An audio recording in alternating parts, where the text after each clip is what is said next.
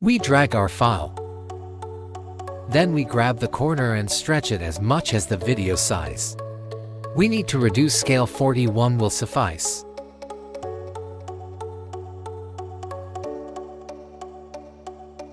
We find crop from the effects panel. Drag it and drop it on our video. We need to select the pen tool selection tool and selector on our phone.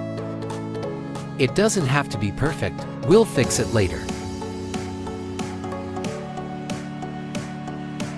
It may take some time if you are using it for the first time.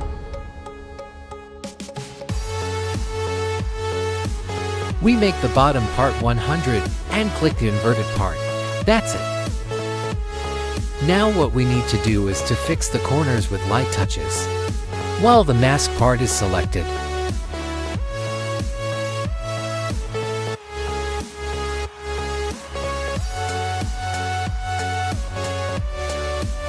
iPhone 14 Pro video mockup is ready. Thanks for watching. Don't forget to check out my other videos.